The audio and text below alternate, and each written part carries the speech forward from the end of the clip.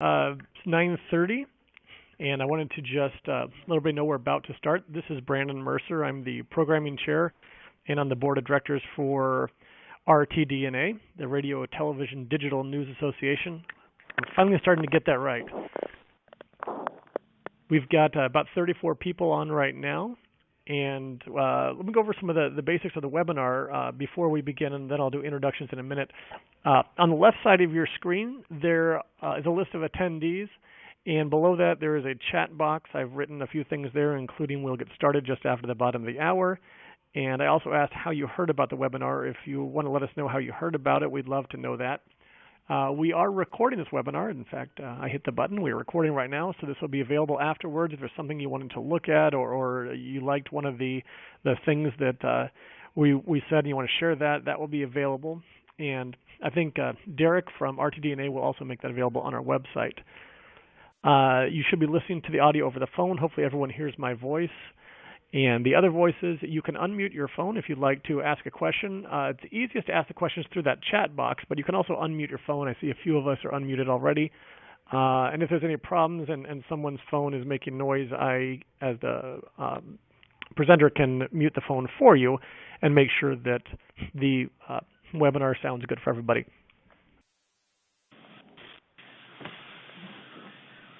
So we'll get started in just a moment here. And let's just do a quick roll call for us. Scott, you're there. I am. Kevin. Here. Joe. Present. All right, and Derek, I believe I heard on earlier. I am indeed. All right. Well, being one who was a stickler for time, I was aiming for 2 minutes past the half hour. I see a lot of people there, so let's go ahead and begin. And thank you, Alicia, who mentioned she heard about the webinar through the Society of Professional Journalists website. Again, my name is Brandon Mercer. I'm available to help out, to moderate, to make sure Kevin doesn't go too long, to make sure questions get asked. And I'm also the one hitting the button on the PowerPoint to make it go forward and back. So if I screw up, it's me, not Kevin Benz. I'd like to introduce Kevin Benz. I have so many things I'd like to say about Kevin Benz. He is a mentor to me, a great journalist, a great leader, a great newsroom leader, a great speaker, and we're really privileged to have him presenting this webinar today. Kevin Benz is with the Carol Nealon Project and a few other things as well. Kevin, is that an okay enough introduction for now? That's close enough. You honor me. Thank you. Very good. Joe Radsky is on. He is the Society of Professional Journalists Region 6 Director and a news manager at WISC TV in Madison. And also on the line, we have Scott Libben. Scott is with RTDNA. He's also a senior fellow at the University of Minnesota School of Journalism and Mass Communications. And the idea of the webinar, and again, in case you didn't hear earlier, I'm Brandon Mercer. I'm the programming chair working to put these webinars on. The idea of this webinar, SPJ has a new code of ethics, and RTDNA has a new code of ethics, which is pending ratification by the members, but it's pretty much in place. And we thought this is a great time to talk about the codes of ethics and then how to apply them to real-world situations. So we worked up 3 scenarios that we think everyone will encounter or already has encountered in their newsrooms, whether it's a radio newsroom, a TV newsroom, or a digital newsroom. And we looked at how to apply the ethics codes to those scenarios. So Scott can jump in and talk about some of the RTDNA code as needed. Joe will do the same for SPJ if there's a topic that makes sense. And Kevin will be taking us through the scenarios and going over some of the ethical questions to ask. And with that, I will be quiet and turn it over to Kevin. Well, thank you, Brandon. I appreciate that. Can we push the slides forward a little bit there? And there are 2 links, very quickly if you go back one, Brandon. There are 2 links to the codes there if you would like to, but they've also been posted on the chat. And if we could, just to start out very quickly, I'd like to call on Scott and Joe, maybe Scott first, to talk about the codes. One important point to recognize is that while there are 2 separate codes of ethics, these codes very much reflect the same themes and the same general principles, which we'll talk a little bit more about in just a minute. But Scott, you want to talk a little bit about the RTDNA code? Sure, and I will say at the very top that our process was very much inspired and informed by what our friends at SPJ have done. It had been 13 years, I suppose, when we began this process, since the organization then known as RTNDA adopted a code of ethics in the year 2000. So about a year and a half ago now, we took the first really comprehensive look at that with an eye toward revision. I had the privilege of leading an ethics committee, the members of which did all the real work, but it's been a great process, and I hope the product lives up to the challenge we were given. We really attempted not to generate a comprehensive list of answers. This is not a set of policies or practices as much as we hope it's a resource for journalists to make better decisions for themselves. Now, we do have a list on our site of rather specific guidelines for particular situations, but our hope is that our code of ethics, while a little broader, will simply help journalists go about exercising their decision-making skills more effectively. And so that's probably enough from me for now, but I will wade back in often. Thanks, Scott. Joe, a little bit on the new SPJ code.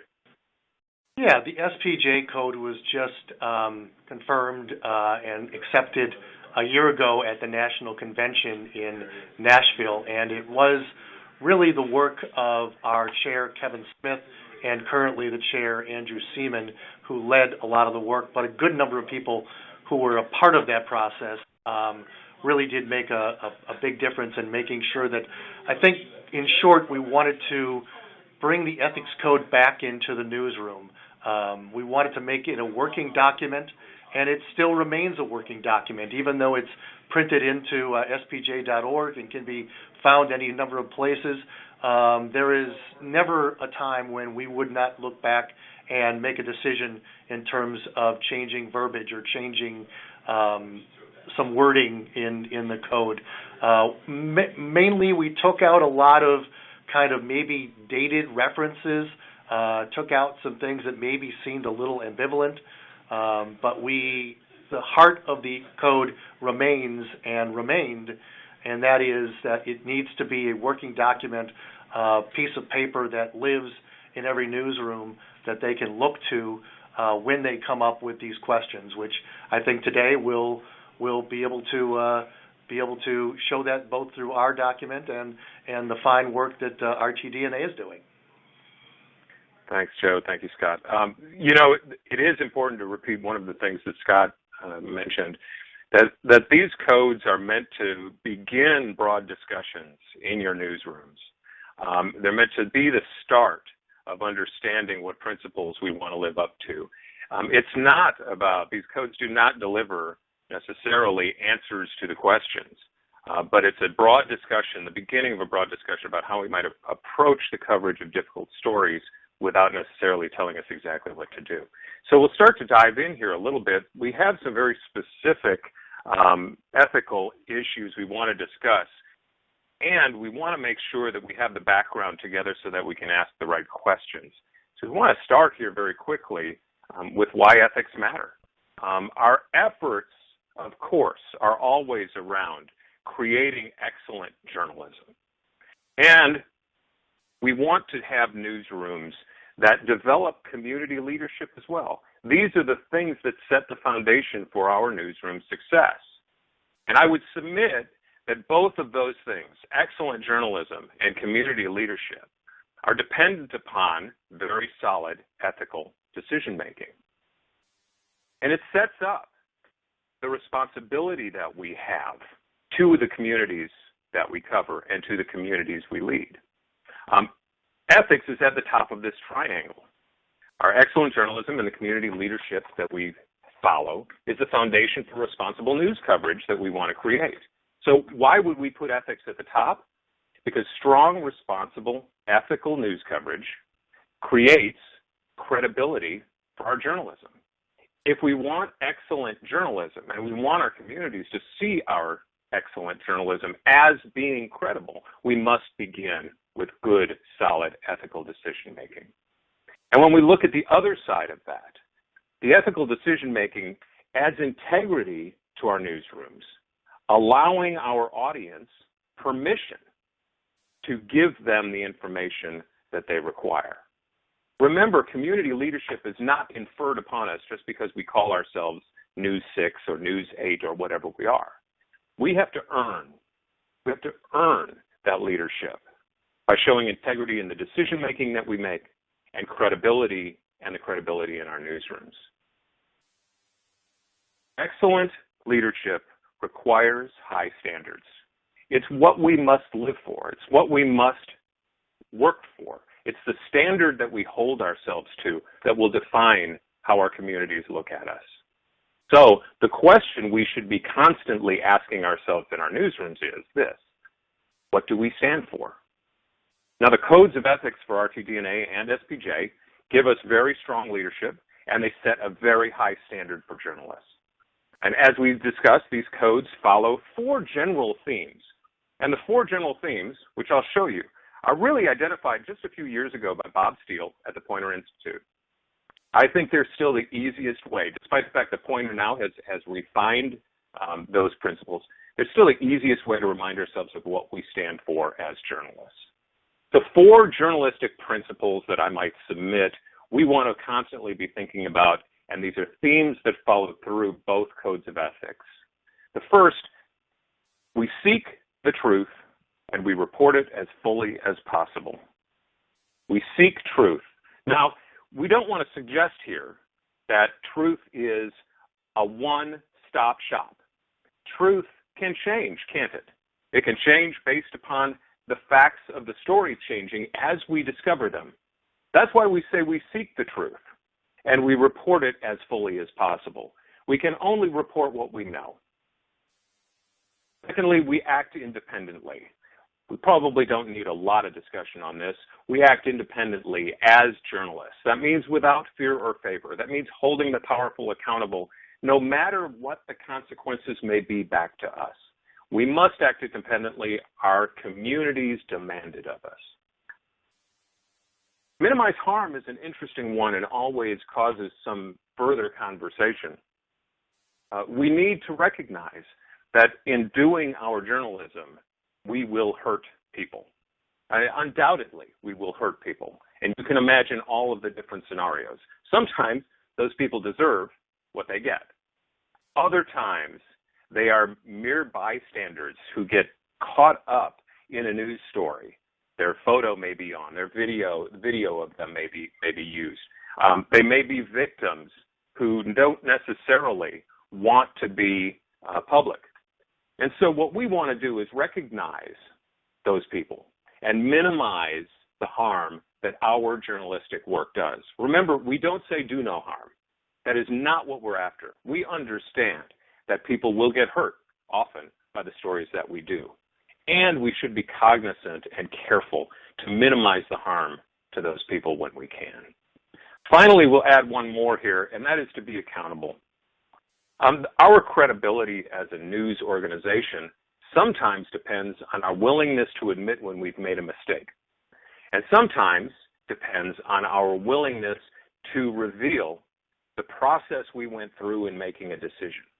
Accountability is seen by our community as strength and courage, not as weakness.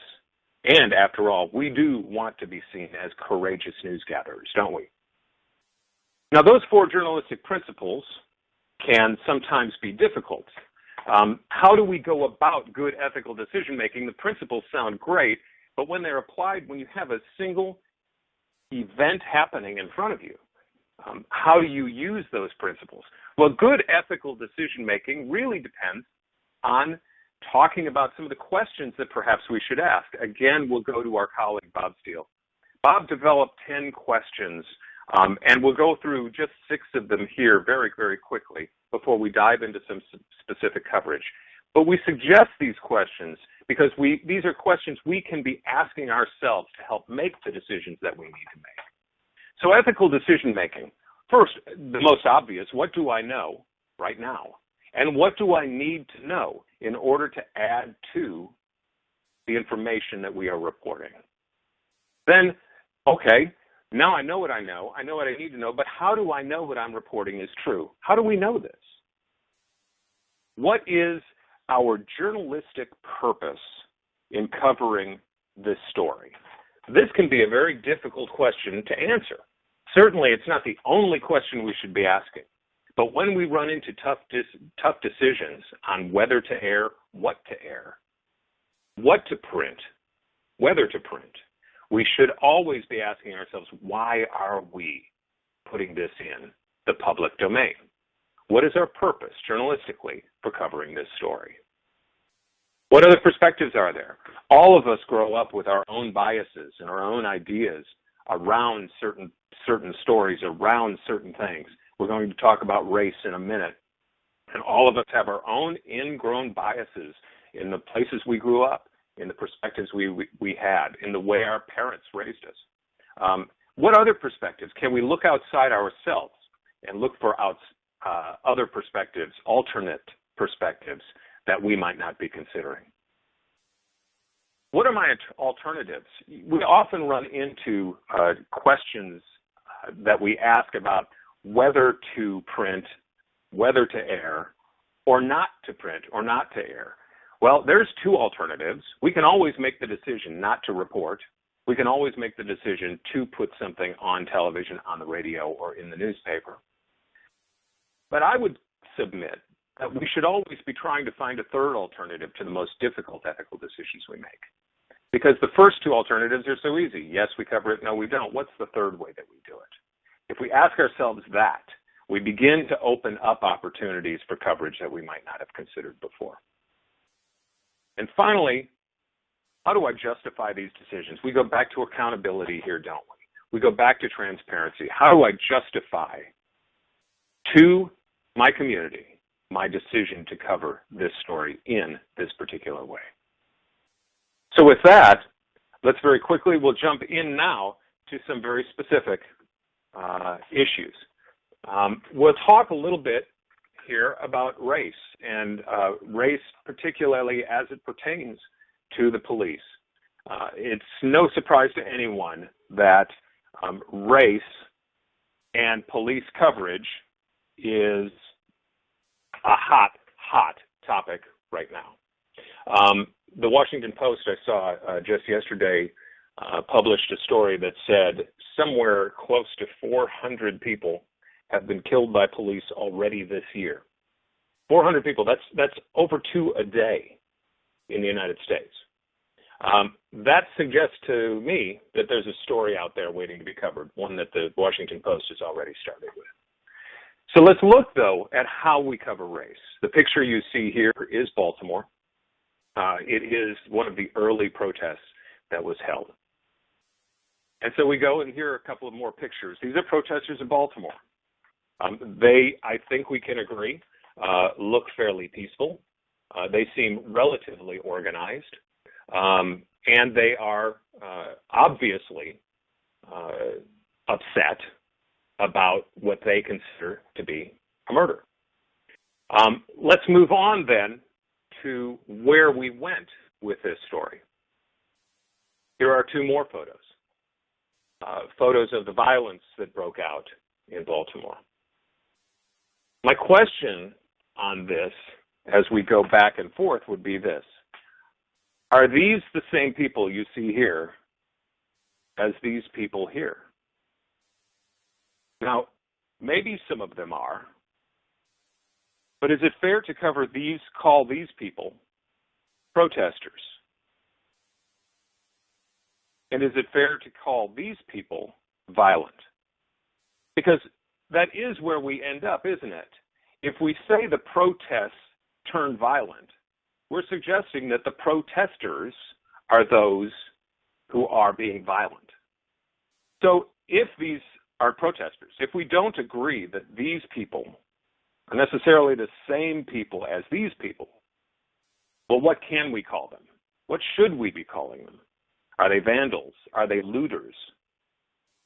What perceptions do we imply when we call the people who are doing the vandalism and the people who are doing the looting, the men who are standing and destroying that police car, what have we implied if we call these protesters? And what do we suggest to those in our communities who are watching this happen? There are some words that we use quite often to describe people. And we're not going to give you answers to this. But what we'll suggest is that these are the start of conversations in your newsrooms and in your reporting. The words are important. The words are especially important when they are juxtaposed against pictures. Particularly in radio, we paint a picture with the words, so we have to think hard about how we are describing people and events. We know that our coverage of these events is going to be dissected by all sides of these issues. So when we use words like racial tension, when we use words like riot or protest, what are the pictures or what are the words we are just juxtaposing them against? If we use the word riot against these photos, what are we saying? And when we use the word protest against these photos, what are we saying? So I submit that these are conversations we should be having. Did the protests truly turn violent? Or did violent people take advantage of the protests? Are we calling people protesters, or are we calling them looters, or are we calling them thugs? And what are these words code for in our communities? Now, we can sit in our newsrooms and we can dissect this all we want. And there will be those of us who will say, look, the word thugs applies to this in my world. The question is not how does it appear to you? The question is, what perspective do you bring up in your communities when you use these words? Let's take a look at one example of this. If we go to the next slide here, this was off of Hannity's show. And I want to be really clear. I'm not trying to call out anyone with any of these pictures. I am absolutely sure that these things happened in markets all over the country. This just happened to be screenshots that I found that show us what we're talking about. This is from Hannity, and it shows protesters looting business. You can see there on the lower third. Exclusive surveillance video of protesters looting business. Who are these people? Let's go to our questions when we say, what do we know? What do we need to know? Well, if we're going to say they're protesters looting business, shouldn't we be pretty sure that these were protesters? Who are these people really? Do we know? What guidelines and systems do we in our newsrooms have in place to avoid this? Now, perhaps Sean Hannity knew exactly who these men were. We'll see. I'm not sure that that's true. And so if we're going to go out there and say this, let's make sure we know what we're talking about. And let's go back to this idea of minimizing harm. What harm do we do to our communities when we suggest that this is how that African-American community in Baltimore protests? Is that a fair description and a fair narrative for what happened there? You're hearing me ask lots of questions here. I don't have answers for you. All I am doing is suggesting that these are conversations we must have in our newsrooms before we go on the air or go to print, not after. Kevin, this is Brandon. So I want to jump in real quick. Great opportunity to mention some of the codes of ethics. And in the chat box, I just added one that Scott Libin from RTDNA sent, which I think plays to this point here. Yeah, and I'm happy to address that. Thanks, Brandon. Kevin, I think this is such a great example, and I respect the compassion you're showing Fox News, although I think you may be letting it off a little bit easy on this. I'm sure Fox News Channel is not the only news organization that made a mistake like this. But let's face it, it is the top-rated cable news channel, And while Sean Hannity might not have written that lower third super himself, that's his name I see in the upper left. And so I think he owns it. I suspect, and it troubles me to think this way, that many of us may have conflated protesters and looters with no real intent, but simply, out of sort of efficiency of wording. We've got only so many characters. And I think one of the things we've tried to say in the new RTDNA code is that that's not enough. Some of the excerpts that Brandon alludes to include language we've added saying that journalism requires more than merely reporting remarks or claims or comments. Journalism verifies, it provides relevant context, it tells the rest of the story, and it acknowledges the absence of important additional information. So if we don't know who these people are, we have to be transparent about that, I think. And we certainly can't just assume that because we saw protesters earlier, we see looters now, either implicitly or explicitly to suggest that they must be one and the same. Because as we discuss all the time, for every story of significance, there really aren't just two sides. I can't think of a really significant story that has only two sides. There are always more than two. And certainly in something as complex as the racial dynamics prevalent in this country today, there are a whole lot more than two sides. So the risk of oversimplifying is really quite grave. We've also said in our new code that journalism challenges assumptions, that it rejects stereotypes, and that it illuminates, even where it cannot eliminate, ignorance. And this, it seems to me, is a great case you've chosen for examination of those issues. Thanks, guys. I'm going to jump in with that. Thank you, Brandon. And Scott, I couldn't agree more with you there. It is the effort at simplicity that clearly gets us into trouble quite often. And it's important that we think more carefully. I mean, Sean Hannity may have seen this lower third for the first time when he was on television. And it suggests to me, only as I recognize my work in my own newsroom, that quite often the people who are typing in the lower thirds are people who quite often have very little copy editing being done. Quite often those lower thirds are going in almost as fast as breaking news is going on television. And so it adds the question, what kind of oversight procedures do we have? And what is the culture of our newsroom that would have someone that might can we create a culture that might have someone who's typing in these graphics think twice before saying that? So thank you for that. And no, I really don't mean to call out anyone, but this is the language we used, isn't it?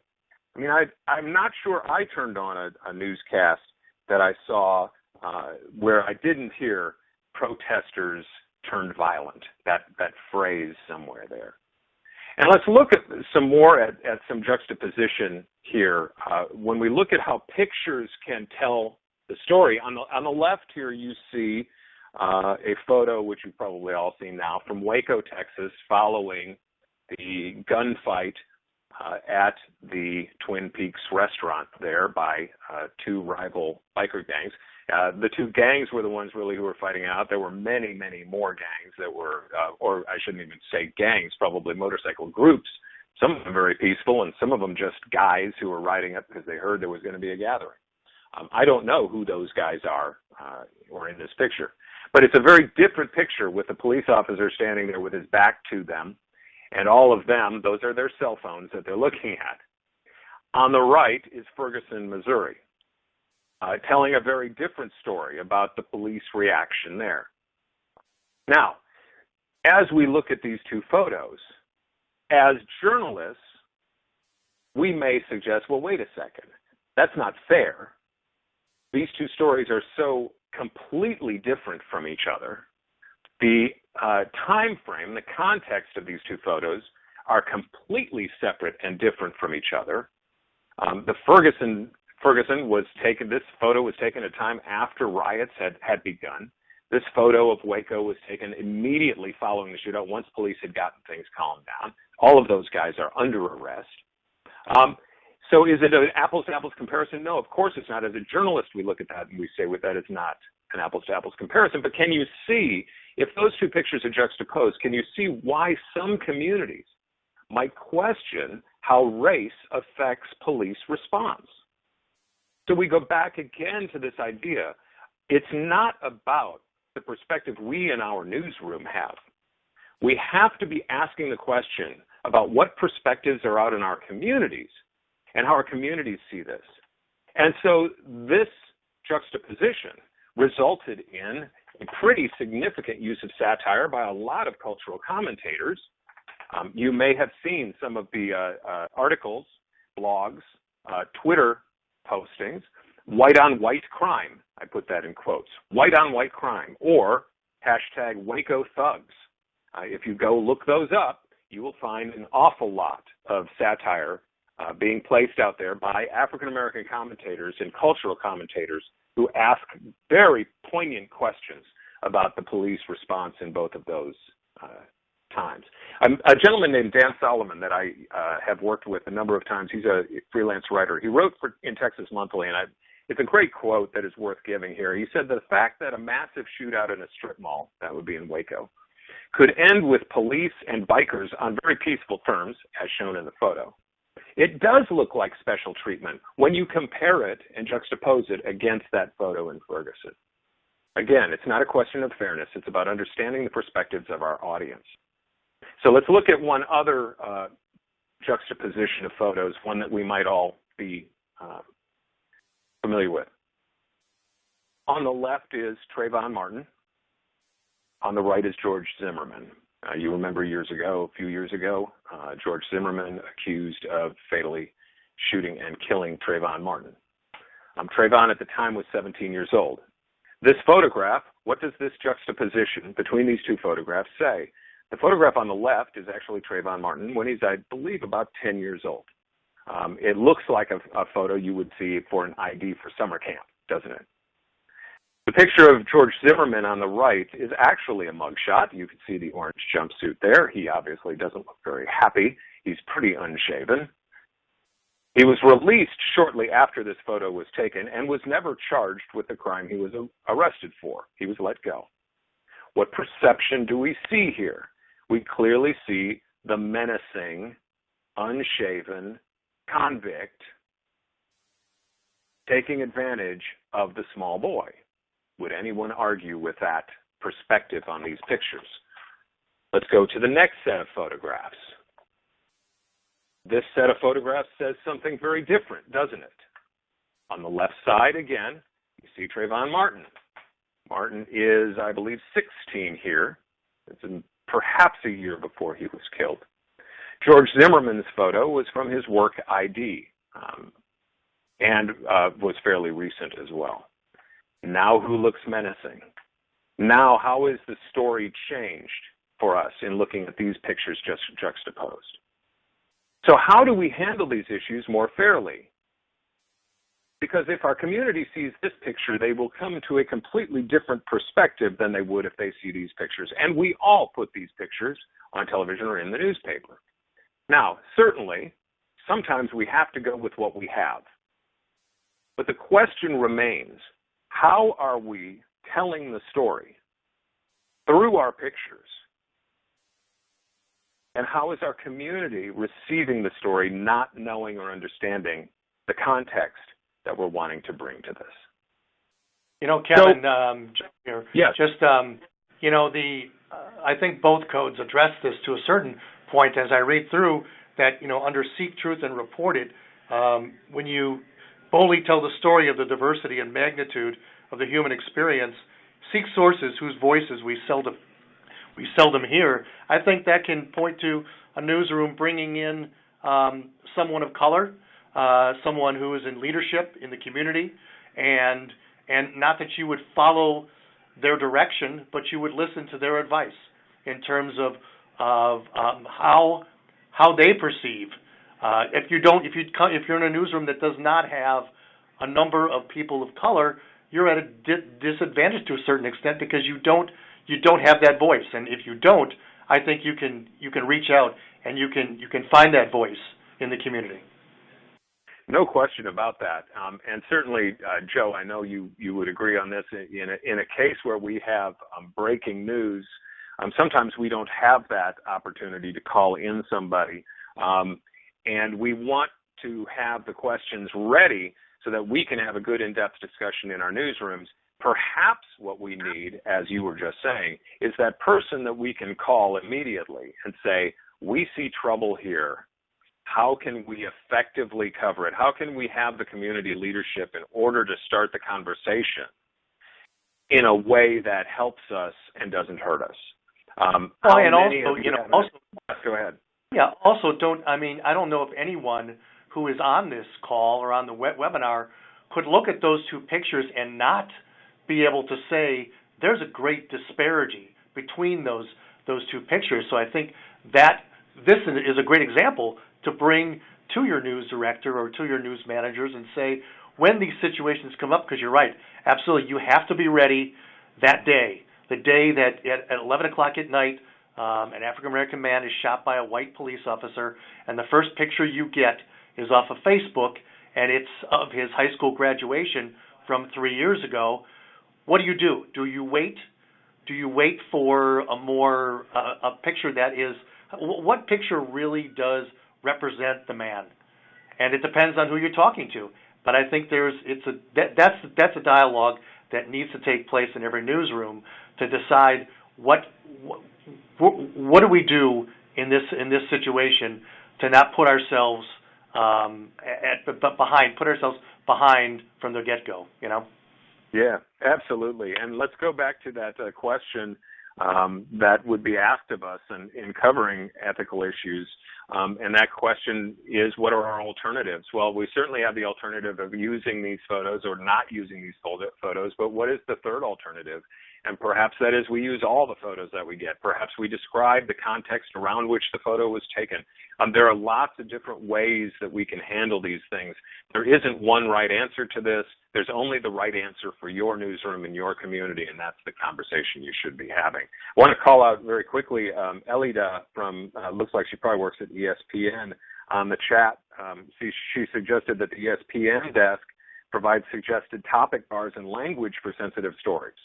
I think a terrific idea there that she brings up that we should be remembering, that having that list of experts and having worked already on a set of guidelines or language that we use in certain sensitive stories gets us ahead of the game before it happens. And we'll talk a little more about that in a moment. So we have some suggestions here on covering race. And those suggestions begin with the idea of encouraging civil dialogue. Encouraging civil dialogue. Our job, of course, is to avoid inflaming situations.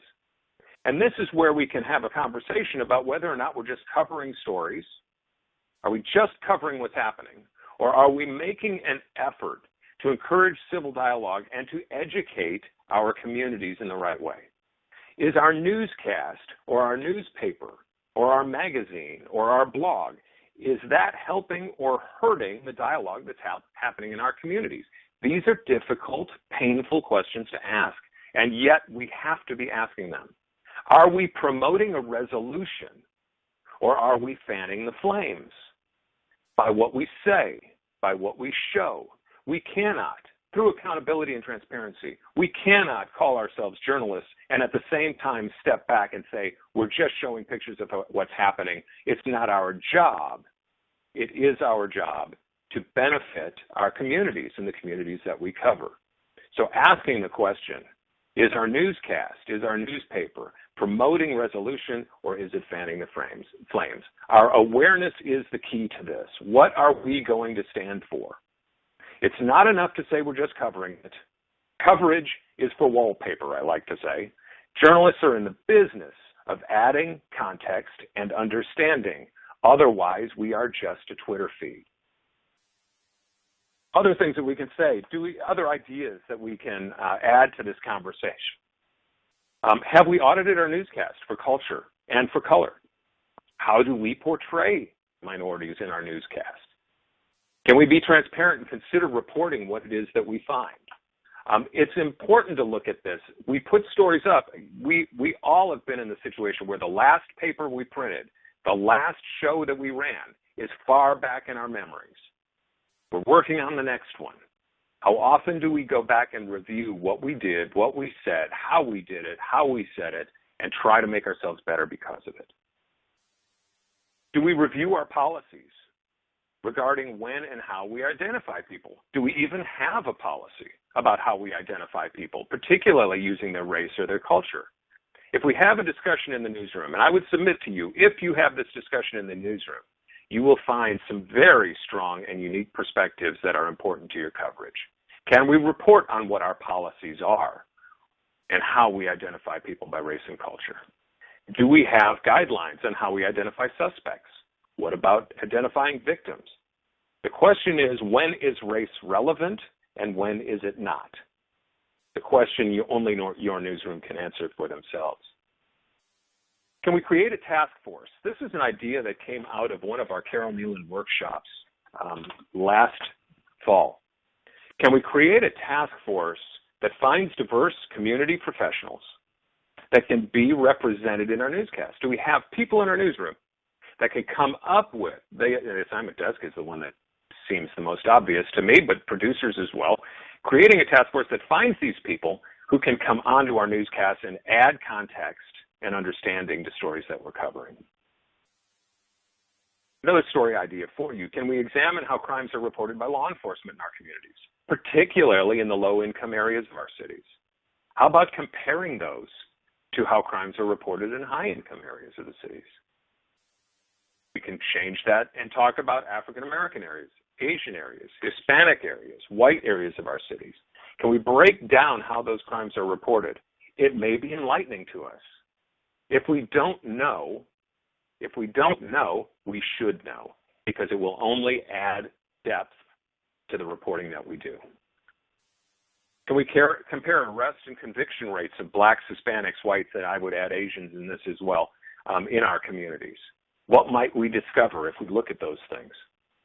And finally, can we set up a meeting with police and the PIO and discuss how race is used in their press releases? One of the things that we found in our newsroom is that police did not have a policy about how they identified suspects or victims.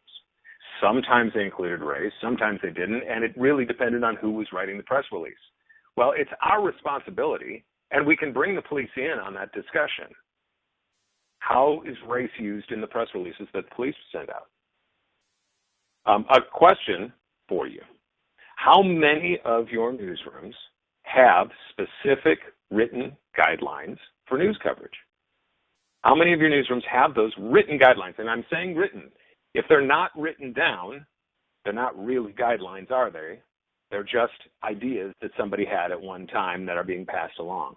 Written guidelines are important because without documenting these things, without a documented approach to difficult subject, we can't expect any level of consistency in our own newsroom, let alone across journalism.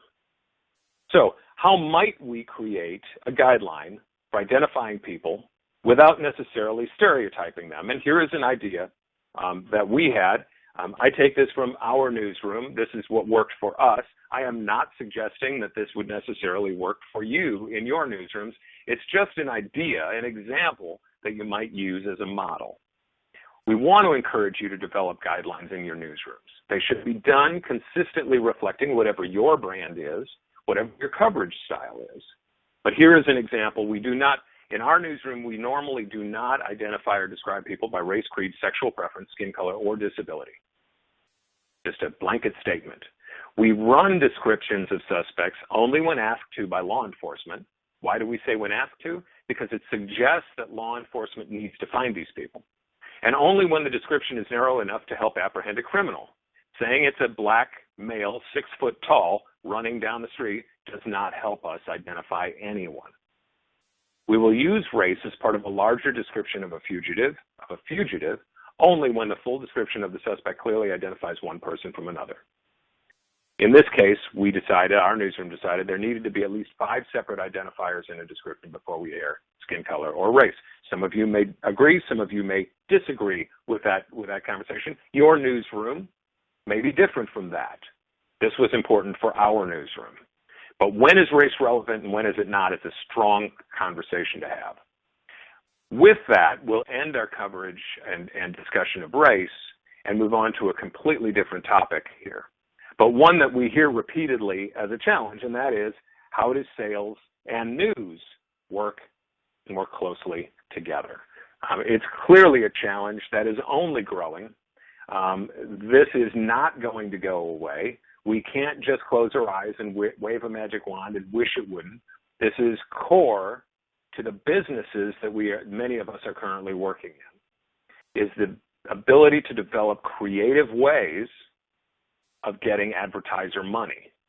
And we all know that our newscast is quite often the most powerful sales tool that our newspapers or our television stations or our magazines have. Here's a photo.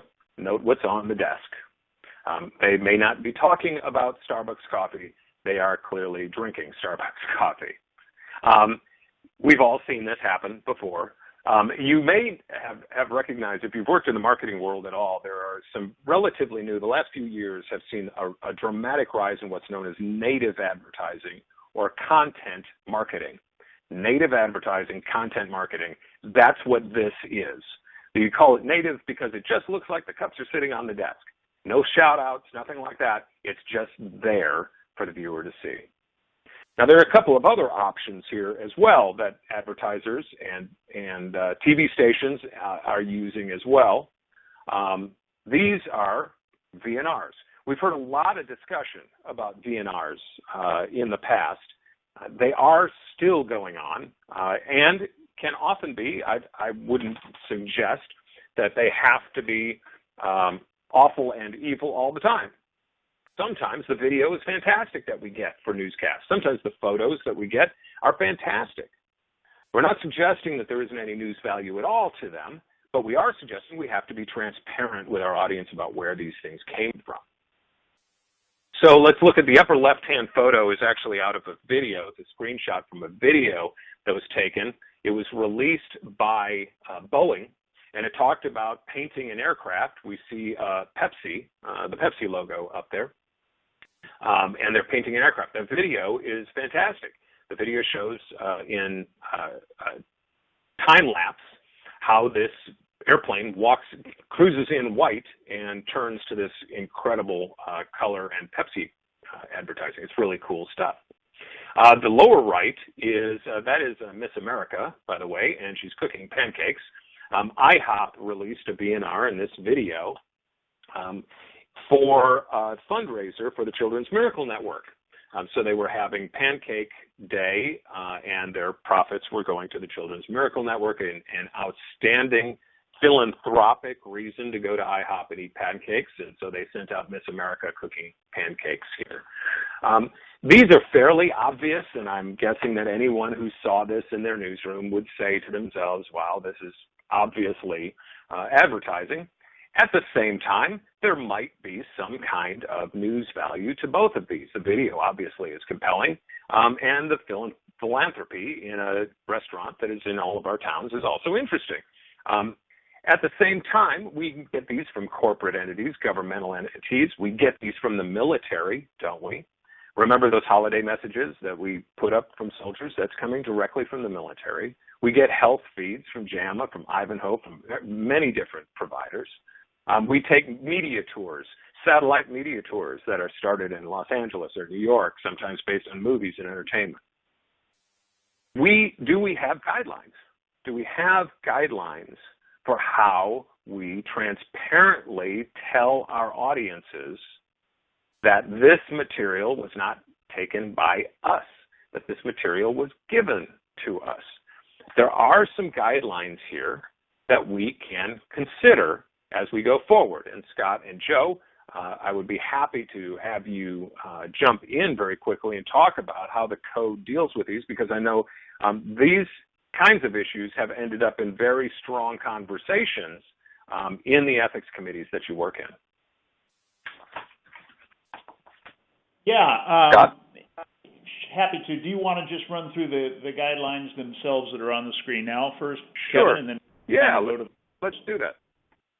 So very quickly, some guidelines that we would suggest, and you will see in not the same words in the Code of Ethics. And the first is we should question all the feeds we receive and review the material. Just because it came from CNN or the AP or Reuters or the Washington Post doesn't necessarily mean that the feed has been fully vetted or reveals the source. We should be questioning all of those feeds that we get and review that material.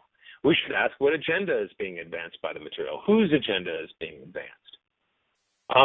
Is there a way for us to get the sound, the photos, or the video ourselves? Could we do it ourselves? Could we run to the local IHOP and get pancakes being served? Would that make sense for us?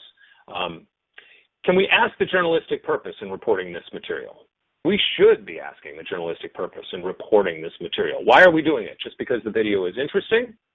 Are we doing it because of a changing business cycle for airlines? Most important, perhaps in the middle, is let's be transparent. Let's clearly label all sponsored content. In fact, the FCC has been quite loud in discussing their expectations, and that is making sure that the source of sponsored material is being provided quite clearly by those who are putting the material out to the public. So, for example, for the IHOP video provided by IHOP, perhaps. We should be identifying that source both graphically and verbally. That means we can show it, but we should also say it if we are in radio or television. And is there a way for us to separate the advertising from the core newscast? So do we have the ability to use interstitial elements that are attached to a break or inside of a break that get the same story out there but don't necessarily connect themselves to our newscast? Again, just some ideas there very quickly for the newsroom. Now let's talk about what we should perhaps be seeing on the sales side. And for those of us who are journalists, and I'm guessing almost all of us are on this call right here, these are ideas that perhaps we take to our sales teams. These are ideas maybe we take if we're in a TV station or a newspaper. We take it to the general manager. We develop guidelines that provide cover, really provide cover for the sales team. Because what the sales team doesn't want to do is have to go back to an advertiser and say, oh, the newsroom says, here's what the newsroom will come back and say if I take this idea to them. Give the sales team some cover when they're out trying to sell and get these ideas from advertisers. So the first one is, can we make a statement that says journalists do not allow pay-for-play or any quid pro quo to exist between advertising or grant commitments and editorial coverage, grant commitments for those of you who are with public radio or public television. A business or underwriting organization sponsoring a segment or advertising will be no more likely or less likely, honestly, to be featured or interviewed for a story. Editorial staff will work to provide the same coverage opportunities for everyone. And we have the same discussion with press releases. What about press releases that come to the sales team from advertisers? Well, do you have a guideline for that? Can you make it easy for the sales manager or the general manager to pass those press releases on to the news director, not to a producer, to the news director, or to the editor? They'll review that material, decide whether or not it is newsworthy. Is there a conflict of interest that they want to avoid? And then they make the newsroom management makes the decision on whether or not to pass it along. The news segments that we run. Often news segments are created just for sponsors. You all know this. You've created gardening segments and food segments and financial segments and health segments that sponsors want to be part of. So the question is, when we create these, is there some editorial value beyond the revenue potential? We would suggest there should be. The decision should be made by the editorial team on those issues.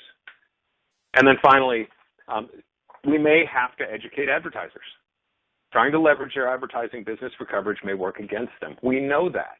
We know that because they want to advertise on a newscast, because the newscast has integrity and credibility. And that integrity and credibility adds to the advertiser's credibility when they advertise on those newscasts. If we give that up, if we give away our integrity, if we give away our credibility, will advertisers ever want to advertise with us anymore?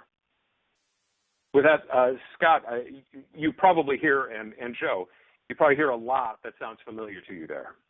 I do, and I would start with just a quick digression. I want to acknowledge the accuracy of the comment in chat from Rick Willis in Raleigh. Yes, that is the Korean Airlines logo, not Pepsi. They do look I'm sorry. That's okay. You're right about that. Not essential Thank you, to, but in the interest of seeking truth and reporting it fully. Thank you, Rick. Different product, still a product. Yes. Yeah. Oh, yeah. Look, here's the thing, and I'll try to be brief on the issue of independence. I think it may be a more ambitious goal today than ever before, and it's a relative term, right? Nobody is truly independent, but I think it's as essential as ever because transparency provides the public, and this is how we put it in our code, transparency provides the public with the means to assess credibility and to determine who deserves trust. So acknowledging sponsor-provided content, commercial concerns, or political relationships is essential, but here's where I don't think we go far enough often. Transparency alone is not adequate, we've said in our code revision. Transparency alone does not entitle journalists to lower their standards of fairness or truth simply by saying, hey, this was provided to us by IHOP or whatever. Disclosure, while critical, does not justify the exclusion of other perspectives or of information that might be important to the audience's understanding of issues. So the problem is sometimes if one commercial concern provides us with great content, we feel like our work is done. We don't have to do any reporting. It's been handed to us. And in journalism, that's not enough. Finally, I think one of the more potentially controversial and maybe even inflammatory lines we put in our new code is this suggestion that to profit from reporting on the activities of others while we ourselves operate in secrecy is hypocrisy. That our tradition of holding the powerful accountable provides no exception for powerful media organizations or powerful journalists themselves. And that's a tough one, I recognize, to uphold in the real world where many of us work for organizations that frankly have, all the transparency of the Nixon White House, or maybe these days we should say the Obama White House. But I think we need to acknowledge that and at least recognize that there's a potential conflict there. I will yield the balance of my time to the gentleman from Wisconsin. Well, almost in step with what RTDNA is doing, act independently under the updated code of ethics for SPJ just makes it. It is very clear and can be explained very, very, very easily that you refuse gifts, favors, fees, free travel, special treatment, deny favor treatment to advertisers, donors, or any other special interests. And I think these are important to keep in mind as Scott was saying, it's becoming even more difficult because do you then separate what you do at 10 o'clock at night to what you do in the morning just by saying that Chick-fil-A provided us with our breakfast today? Is that right? A lot of newsrooms do refuse any kinds of gifts. Gifts can be in the form of your sports director going to Lambeau Field and getting a free lunch. Some places don't allow that at all. I agree with Scott, and I agree with everybody. There's no black and white. You just cannot draw that line in the sand, but you have to draw the line somewhere.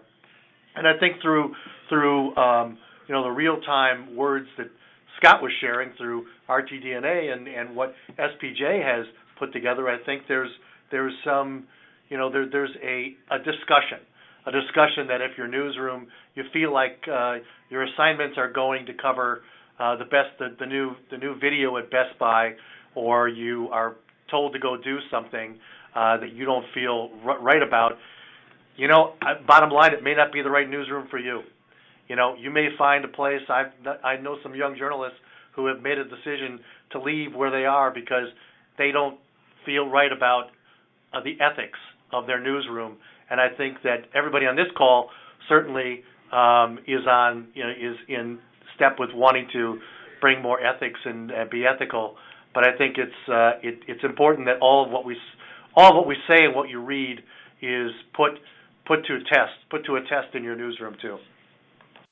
And I want to thank you, Scott and Joe, and I'll just reiterate one other point. If you are not having conversations with your sales teams, if you are not having conversations with your marketing groups, those conversations need to start.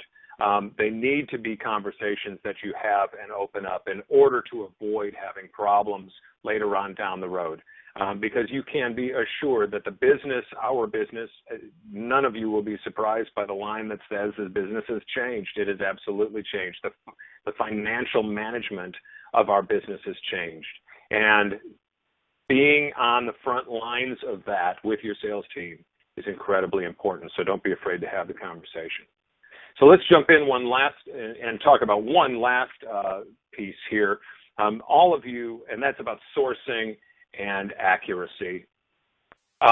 This is the article from Rolling Stone magazine. You've probably all heard about it. It was published by Rolling Stone in December. It was done after a 6-month investigation by Sabrina Early, the reporter, Sabrina Early. Rolling Stone was absolutely sure they had it right. Rolling Stone was sure that they had vetted it the way that they needed to. They had the process in place, the systems in place in order to vet this story. And they ended up retracting it. Not just a few pieces of it, the entire article was retracted.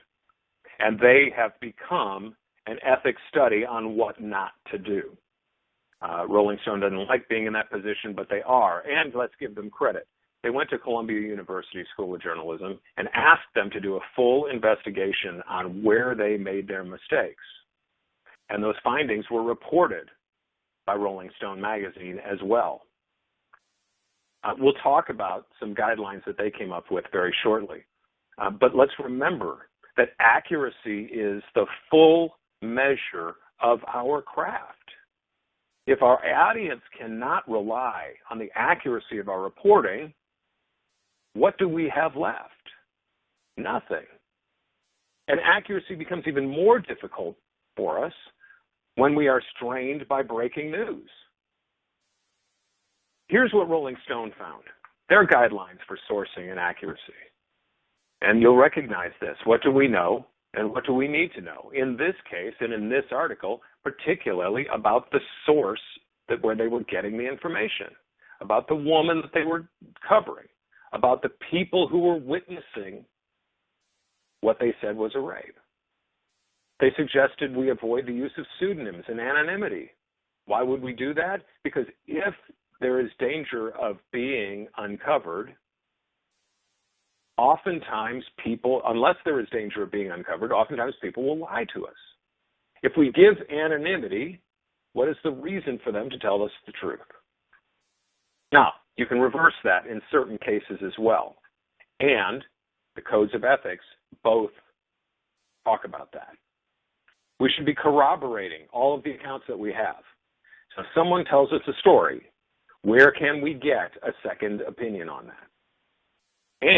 And this is where Rolling Stone really called themselves to task, we should be confronting subjects and challenging the details we're given. Confronting a subject, a woman who claims to have been raped, a victim, confronting her, challenging the story is a very difficult thing to do. And yet, how important is it that we do that in order to make sure that what we are being told is the truth? Scott, I'm going to call on you. Can you talk for a moment about using anonymity, using pseudonyms, and the danger that comes along with that? Yeah, and let me just say first and very briefly, because I know we're running long, my take on the Rolling Stone case is that the editors there put undue emphasis on, if we were to look back at the guiding principles Bob Steele originated, they took minimizing harm to an extreme, and they elevated it above seeking truth and reporting it as fully as possible. I give them the benefit of the doubt and assume they were trying to be compassionate and not hurt someone who appeared to be a victim. But they went so far in that direction that they sacrificed accuracy and truth in the process.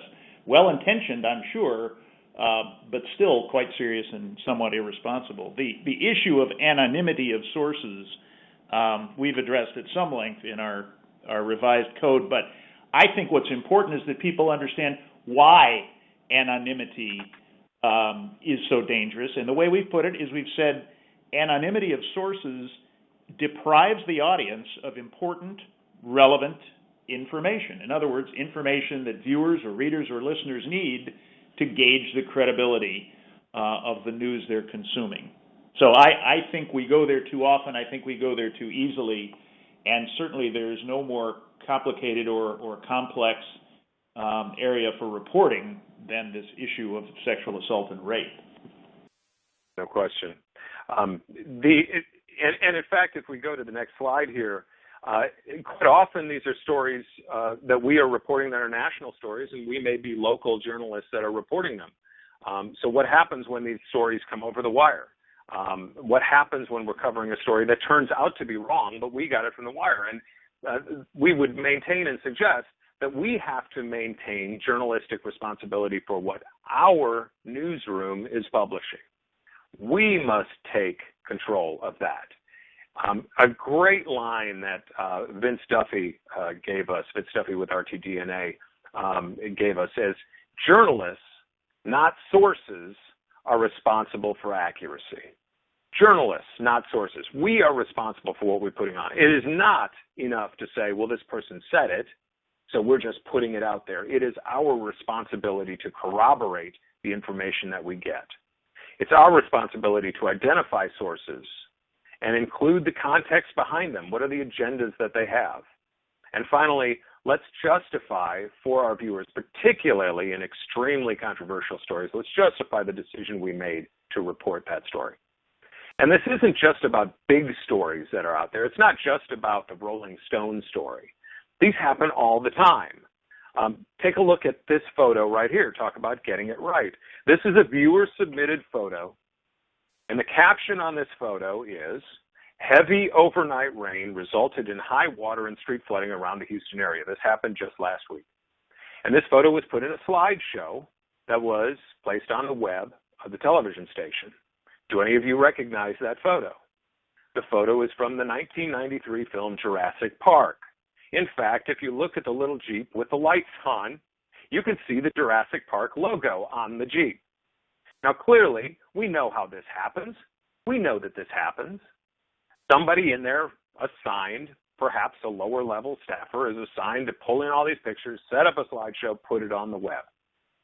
And yet, every time this happens, it affects the credibility of our news organization, because people who look at it, our communities, our viewers, our readers, see that and they say, how can they not know it? If they can't get something that simple right, how do they get something really hard right?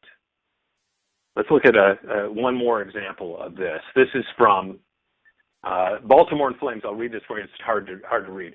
Fox 13 in Memphis, Baltimore in Flames. A massive fire has broken out in a building that was under construction, and the Baltimore mayor's spokesman says it's related to the riots. And then they put a link to a story on there. That does look believable, doesn't it? I am here to tell you the photo appeared on Fox. That photo is of Valencia, Venezuela. And it was taken in February of 2014, over a year ago, during the Venezuelan riots. We know how this happens. Somebody tweeted it out. They found the photo, and they tweeted it out. It looks real. It feels real. We have a need to get something outstanding and compelling on the air or on our feed or on the web. So we don't check, or we don't know how to check. Checking only takes seconds. I'm going to give you a real quick tip to write this down. Reverse search photos. You can do that, reverse search photos online at a website called tineye.com. tineye.com. It even has a little app that you can download into your browser. Right-click on a photo, and it will do the reverse search for you. It takes minuscule numbers of seconds to tell you whether or not that photo has been published somewhere else before. It's really easy. My point here is, and our point on all of this, is that ethical decision-making is not a natural skill for us. And we can damage ourselves, not because we're trying to, but because we're in a hurry, or because we don't have the tools that we need. Ethical journalism is a skill. It needs to be learned. It needs to be practiced. It requires study and diligence in order to be good at it. So how can we be good at it? Well, the first thing to make sure you're understanding is that ethical best practices need to be practiced before a story happens, not while a story is happening. The worst time to try to start talking ethics is when you're in the middle of breaking news, God forbid, a riot. We should be considering ethical best practices before stories happen. What would we do if?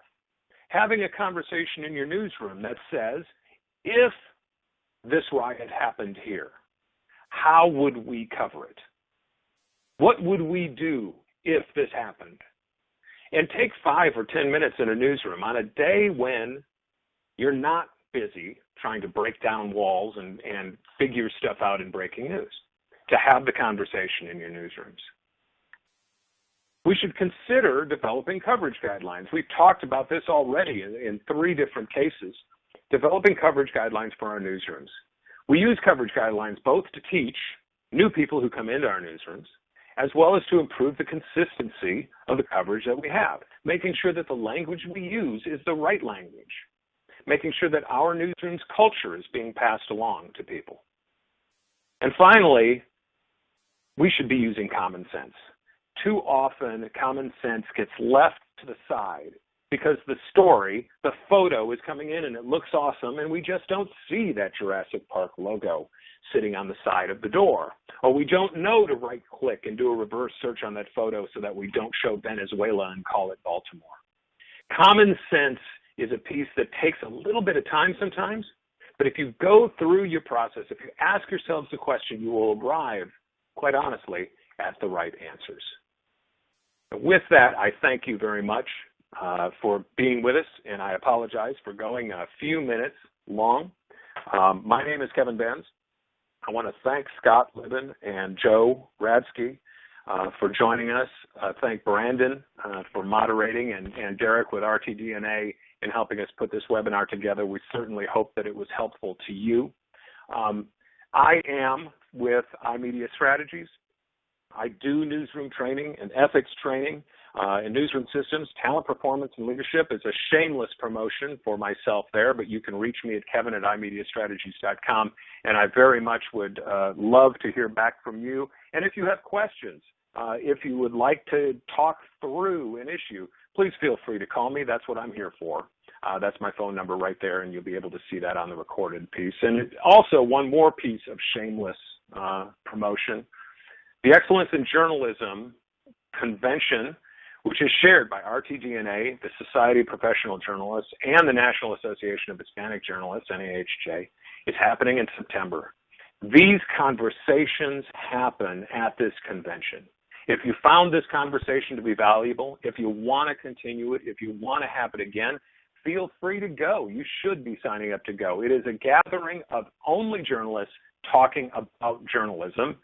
I will toss out there that we will be hosting, the Carol Nealon Project will be hosting a New Media Leadership Boot Camp, a full day of discussions for leaders in newsrooms to talk about ethics and issues that are approaching us due to new media. You can obviously learn a lot more about what's going there at excellenceinjournalism.org. Brandon, with that, I have run out of things to say. Thank goodness.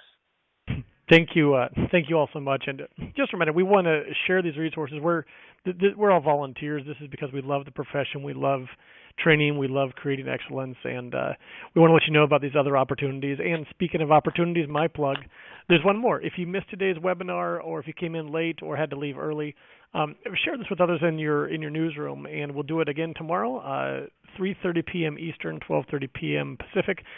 Same people, except Scott Libman will be replaced by Vince Duffy, the author of that great line that Kevin mentioned. And thank you all for joining us. My email is on the left. I'd love any feedback, positive, negative, technical feedback. bmercer@cbs.com is my work email for my day job, and I would love to hear from you and maybe incorporate some of your feedback into tomorrow's session. So with that, Kevin, Joe, Scott, Derek, thank you all very much. Thank you all for attending. Thank you. Thank you very much, Brandon.